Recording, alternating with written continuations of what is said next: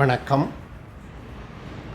தரமைந்து புலமைப்பரிசில் பரீட்சை 2025 ஆண்டில் செய்ய உள்ள மாணவர்களுக்கான அதிகாலை 5 மணிக்கு நடக்கின்ற என்னுடைய இலவச ஆன்லைன் சூம் வகுப்புகளில் இன்றைய தினம் ஆரம்பித்து 2025 ஆண்டு பரீட்சைக்கான வகுப்புகள் இன்றைய தினம் ஆரம்பித்து என்னுடைய நுண்ணறிவு பயிற்சிகள் எனும் பயிற்சி ஒன்றின் வினாக்கள் 3 கற்பிக்கப்பட்டது.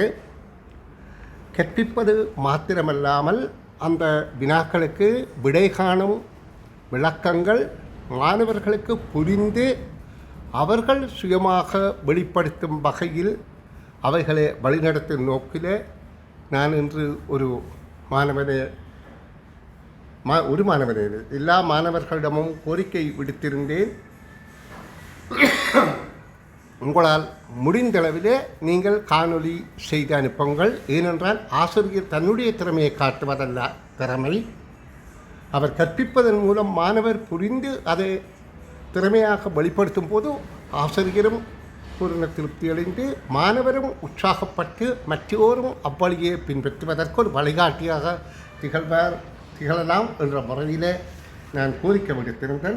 அந்த கோரிக்கையை செவிசாய்த்து முதல் காணொளியாக இன்று கற்பித்த பயிற்சி ஒன்றின் 2வது வினா 30 நாட்கள் கொண்ட ஒரு மாதத்தின் செவ்வாய் புதன் கிழமைகள் 5 வீதம் உள்ளனவாயின் அம்மாதத்தின் 5ஆம் 10ஆம் 15ஆம் திகதிகள் முறையே குறித்து காட்டும் கிழமைகள் எவை என கேள்வி கேட்டு அந்த கேள்வித்தாளில் உள்ள வினாவுக்கு 3வது விடை பொருத்தம் இந்த மாணவர் சுகுமார் சர்மா 6வது ஒழுங்கை வேப்பங்குளம் பவனியாவைச் சேர்ந்த இந்த மாணவன் மிக சிறப்பாக விடை வழங்குகின்றார்.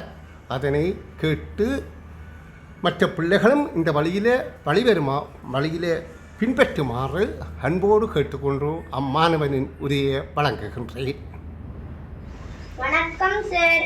30 நாட்கள் கொண்ட ஒரு மாதத்தில் செவ்வாய் புதன்கிழமைகள் 5 வீதம் உள்ளனவாயின் அம்மாதத்தின் 5ஆம் 10ஆம் 15ஆம் தேதிகள் முறையே குறித்து காட்டும் கிழமைகள் அவை. அப்படி பார்த்தோம்னா 2025 ஏப்ரல் மாதம் செவ்வாய் புதன் 2 நாளும் 5 நாட்களை கொண்டிருக்குது. மிச்ச எல்லா நாளும் 4 நாட்களை கொண்டிருக்குது சார். அப்படி பார்த்தா